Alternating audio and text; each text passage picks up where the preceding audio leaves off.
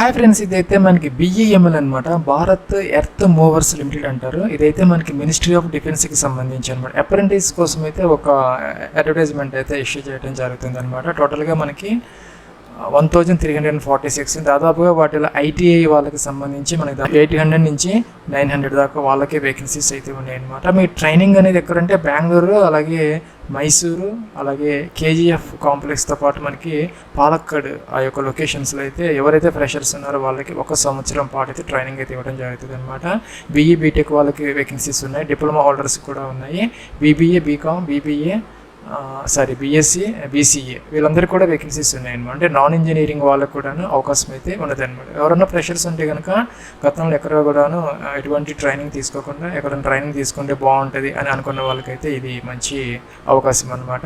Interest ఉన్న వాళ్ళైతే apply అయితే చేసుకోవచ్చు అనమాట. ఫ్రెండ్స్, మీకు ఏంటంటే డిగ్రీ హోల్డర్స్కి సంబంధించి బీఈ బీటెక్ వాళ్ళకి, అలాగే బీకామ్ బీఎస్సీ వాళ్ళందరికీ కూడాను నెలకి ఒక 12,300 రూపీస్ స్టైఫండ్ రూపంలో ఇవ్వడం జరుగుతుంది అనమాట. 1 సంవత్సరం పాటు ఈ జాబ్స్ కాదు, ఓన్లీ ట్రైనింగ్ అనమాట. ఇంకా డిప్లొమా హోల్డర్స్ సంబంధించి మనకు దాదాపుగా 11,000 రూపీస్ పర్ మంత్ ఇవ్వడం జరుగుతుంది అనమాట. ఇంకా ఐటీఐ వాళ్ళకి సంబంధించి 9,600 నుంచి 10,560 రూపీస్ వరకు ఆ యొక్క ట్రేడ్ని బట్టి మీకు సంవత్సరం పాటు ట్రైనింగ్ అయితే ఆయా లొకేషన్స్లో ఇవ్వడం జరుగుతుంది అనమాట. ఇంకా పాస్ అవుట్స్ ఎవరైతే ఉన్నారో పైన చెప్పినటువంటి ITI diploma holders BE BTech వీళ్ళందరూ కూడా 8th సెప్టెంబర్ 2023, అలాగే 8th సెప్టెంబర్ 2026, 2003 నుంచి 2026 మధ్య పాస్వర్డ్స్ ఎవరైతే ఉన్నారు ఫ్రెషర్స్ వాళ్ళు మాత్రం ఎలిజిబుల్ అనమాట. అంతకుముందు వాళ్ళకి ఎవరికి అవకాశం అయితే లేదనమాట. ఫ్రెండ్స్, మీకు దీని నుంచి స్టైఫండ్ తీసుకోవాలంటే బ్యాంక్ సీడెడ్ అంటే ఆధార్ సీడెడ్ బ్యాంక్ అకౌంట్ అనేది కావాలన్నమాట. సో దానికోసం అయితే ఇక్కడ లింక్ ఇచ్చారు వీళ్ళు.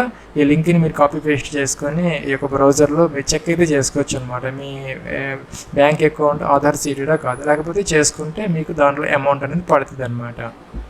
ప్లస్ ఇంకా ఒక క్యాండిడేట్ ఒక అప్లికేషన్ మాత్రమే పెట్టుకునే అవకాశం అయితే ఉంటుంది అనమాట. మల్టిపుల్ అప్లికేషన్స్ అనేది పెట్టడం జరుగుతుంది అనమాట, పెట్టుకునే అవకాశం అయితే లేదనమాట. ప్లస్ ఇదైతే మనకి అఫీషియల్ ఇదనమాట. ఇక్కడ ఏంటంటే మనకి వ్యూ అని ఉంది, దీని మీద క్లిక్ చేసి మనం డీటెయిల్స్ అన్నీ కూడా చూసుకోవచ్చు అనమాట.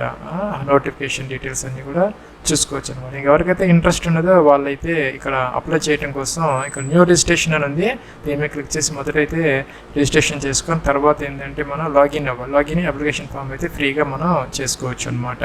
ప్లస్ ఇంకా ఏంటంటే దీనికి సంబంధించి మనకి ఎటువంటి ఎగ్జామ్ కానీ ఫీజు కానీ ఏం లేదనమాట. ఇంకా కూడా కొంతమంది ఏమనుకుంటారంటే ఇది ఇండియన్ రైల్వేస్కి సంబంధించి అని చెప్పేసి, దీనికి ఇండియన్ రైల్వేస్కి ఎటువంటి సంబంధం లేదనమాట. వీళ్ళు ఏంటంటే కోచెస్, అలాగే ఈ యొక్క ఇండియన్ రైల్వేస్కి సంబంధించినటువంటి ఈ యొక్క వాటిని అయితే వీళ్ళు సప్లై అయితే చేస్తూ ఉంటారు, కానీ ఇండియన్ రైల్వేస్కి వీళ్ళకి ఎటువంటి సంబంధం లేదు. వీళ్ళు కూడా మీకు CCIE సర్టిఫికేట్ అయితే ఇస్తారు, కోర్స్ కంప్లీటెడ్ యాక్ట్ అప్రెంటిస్ అని చెప్పేసి. అయితే మీకు గ్రూప్ డీకి సంబంధించినటువంటి వేకెన్సీస్లో ఎటువంటి కోటా అనేది మీకు ఇక్కడైతే ఉండదన్నమాట, ఈ CCIEకి సంబంధించి BEML సంబంధించి అనమాట. సో దాన్ని దృష్టిలో పెట్టుకొని ఎవరికైతే ఇంట్రెస్ట్ ఉన్నారో వాళ్ళైతే అప్లై అయితే చేసుకోవచ్చు అనమాట. మీకు CCIE గ్రూప్ డి కావాలి అనుకుంటే తప్పనిసరిగా ఇండియన్ రైల్వేస్కి సంబంధించిన RRCకి పడతా ఉంటాయి అనమాట అప్రెంటిస్, వాటికి మాత్రం అప్లై అయితే చేసుకోవాలి. సో ఇదైతే CCIE కింద మీకు రైల్వే గ్రూప్ డీకి అయితే ఎటువంటి ఉపయోగం లేదనమాట. ప్లస్ ఇక్కడ ఏంటంటే క్లిక్ హియర్ న్యూ రిజిస్ట్రేషన్ తీసుకోవాలి. స్టార్టింగ్లో మనం ఏం చేయాలంటే ఇక్కడ అడ్వర్టైజ్మెంట్ నెంబర్ 1 ఉంది, వెళ్ళండి 01/2026. ఇంకా అప్లైడ్ ఫర్ అనమాట. మీరు డిప్లొమా హోల్డర్స్ అయితే ఫస్ట్ ఆప్షన్ తీసుకోవాలి. ఇంకొకటి మీరు ఇంజనీరింగ్ గ్రాడ్యుయేట్స్ అయితే కనుక 4 years చదువుకున్న వాళ్ళు సెకండ్ ఆప్షన్ తీసుకోవాలి. ఇంకొకటి జనరల్ స్ట్రీమ్ డిగ్రీ హోల్డర్స్ ఎవరైతే ఉన్నారో ఇందాక చెప్పినట్టు BSc BBA అవి ఉన్నాయి కదా, నాన్ ఇంజనీరింగ్ క్యాండిడేట్స్ ఎవరైనా ఉంటే 3 years డిగ్రీ చేసిన వాళ్ళు థర్డ్ ఆప్షన్ అయితే తీసుకోవాలి. ఇంకా ITI full time ITI course 2 years లేదంటే 1 year చేసిన వాళ్ళు ఏదైతే ఐటీఐ అనేది లాస్ట్ ఆప్షన్ అయితే మనం తీసుకోవచ్చు అనమాట. సో మనం ఐటీఐ తీసుకునే అప్లికేషన్ అయితే చూద్దాం, ఎందుకంటే ఎక్కువ వేకెన్సీస్ వాళ్ళకి ఉన్నాయి కాబట్టి అనమాట. అందరికీ అదే ఒకటే సేమ్ ప్రాసెస్, కొన్ని ఎడ్యుకేషన్ క్వాలిఫికేషన్ మాత్రమే మనకి చేంజ్ అయితే అవుతుంది అనమాట. మిగతావన్నీ కూడా రిమైనింగ్ అప్లికేషన్ ప్రాసెస్ అంతా సేమే అనమాట. సో సపోజ్ మీరు ఐటీఐ సెలెక్ట్ చేసుకుంటే కనుక కార్పెంటర్ ఉంది, కోపా ఉంది, ఎలక్ట్రీషియన్ ఉంది, electronic mechanic, fitter, machinist, mechanic auto, electrical electronics, mechanic diesel, mechanic motor vehicle, plumber, sheet metal worker, tool and die maker, అలాగే టన్నరు, వెల్డర్ ఇవన్నీ ఉన్నాయన్నమాట మనకి ఐటీఐ కనుక తీసుకుంటారు. అదే మీరు కనుక డిప్లొమా హోల్డర్స్ అయితే కనుక ఇక్కడ ఆటోమొబైల్ ఉంది, సివిల్ ఉంది, ఇంకా ఎలక్ట్రికల్ ఉంది, అలాగే electronics, communication, information science, CS, అలాగే మెకానికల్ అవన్నీ ఉన్నాయన్నమాట. దానికి సంబంధించిన అలైడ్ వాటి కూడా ఎలిజిబుల్ అయితే ఉంటుంది అనమాట. ఇంకా కూడా ఇంజనీరింగ్ తీసుకున్నప్పటికీ కూడా మనకి ఏంటంటే ఇక్కడ aeronautical, artificial intelligence and machine learning, automobile, civil, అలాగే ఎలక్ట్రానిక్స్ అండ్ కమ్యూనికేషన్, అలాగే industrial production, information science, computer science, అలాగే మెకానికల్ ఆటోమొబైల్ అనమాట. ఇవి ఉన్నాయి అనమాట. సో ఇంకా నాన్ ఇంజనీరింగ్ అంటే ఇందాక చెప్పినట్టుగా BCom, BBA, BCA, BSc, others వీళ్ళందరూ కూడా ఎలిజిబుల్ అయితే అవుతారనమాట. సో మీరు అదైతే మీరు సెలెక్ట్ చేసుకుంటే దాని ఆటోమేటిక్గా దాని స్ట్రీమ్స్ అన్నీ లేకపోతే ట్రేడ్స్ అన్నీ ఆటోమేటిక్గా మనకి ఇలాగా వస్తాయి అన్నమాట. సెలెక్ట్ అయితే చేసుకోవచ్చు ఇలాగనమాట. సో నెక్స్ట్ ఏంటంటే కాంప్లెక్స్ అప్గ్రేడ్. ఇందాక చెప్పినట్టుగా మనకి బెంగళూరు లొకేషన్ ఇవన్నీ కర్ణాటకలోనే ఉన్నాయన్నమాట. బెంగళూరు, మైసూరు, కేజీఎఫ్ కాంప్లెక్స్, పాలక్కడ్ అనమాట. సో మనకి ఏంటంటే కేజీఎఫ్లో ఎక్కువ వేకెన్సీస్ ఉన్నట్టుగా ఉన్నాయి. వీటిలో ఇందాక నేను చెప్పినట్టుగా దాని ప్రకారం మీరు చూసుకోవచ్చు అనమాట. నేను వీడియోకి డిస్క్రిప్షన్లోకి మీకు నేను ప్రొవైడ్ చేస్తాను. అక్కడ ఏ లొకేషన్లో ఎవరికి ఎన్ని వేకెన్సీస్ ఉన్నాయనేది అక్కడ చూసుకొని తెలిసిపోతుంది అనమాట. సో దాని ప్రకారం మీరు అప్లై అయితే చేసుకోవచ్చు అనమాట. సో ఇంకేంటంటే నెక్స్ట్ మీ యొక్క నేమ్ అనమాట. మీకు ఫుల్ నేమ్ అయితే ఇక్కడ ఎంటర్ అయితే చేసుకోవాలి. అలాగే కేటగిరీ ఎస్సీనా, ఎస్టీనా, ఓబీసీనా, జనరల్ ఏంటి అనేది సెలెక్ట్ అయితే చేసుకోవాలి. డేట్ ఆఫ్ బర్త్ అనమాట. మినిమం అయితే మనకి 18 years అయితే ఉండాలన్నమాట. మ్యాక్సిమం అనేది ఏమి లేదు. ఇక్కడ మనం ఇది ఎంటర్ చేయాలి. ఇక్కడ మనకి ఏంటంటే క్యాలెండర్ కూడా ఉంది. మొదటి ఇయర్ సెలెక్ట్ చేసుకొని మంత్ సెలెక్ట్ చేసుకోవచ్చు అనమాట. సో మొబైల్ నెంబర్ ఎంటర్ చేయాలి, ఈమెయిల్ ఐడి ఎంటర్ చేయాలి. ఇంకా కూడా ఈమెయిల్ ఐడికి ఓటీపీ వస్తుంది అనమాట. ఇక్కడ సెండ్ ఓటీపీ అంటే అదనమాట. తర్వాత ఏంటంటే ఓటీపీ ఈమెయిల్ ఎంటర్ ఓటీపీ. ఇక్కడైతే మనం ఓటీపీని వెరిఫై అయితే చేసుకోవాలి. ఇక్కడ డిజైర్డ్ పాస్వర్డ్ 8 నుంచి 20 characters మధ్య ఒక పాస్వర్డ్ క్రియేట్ చేసుకొని ఇక్కడ కన్ఫర్మ్ అయితే చేసుకోవాలన్నమాట.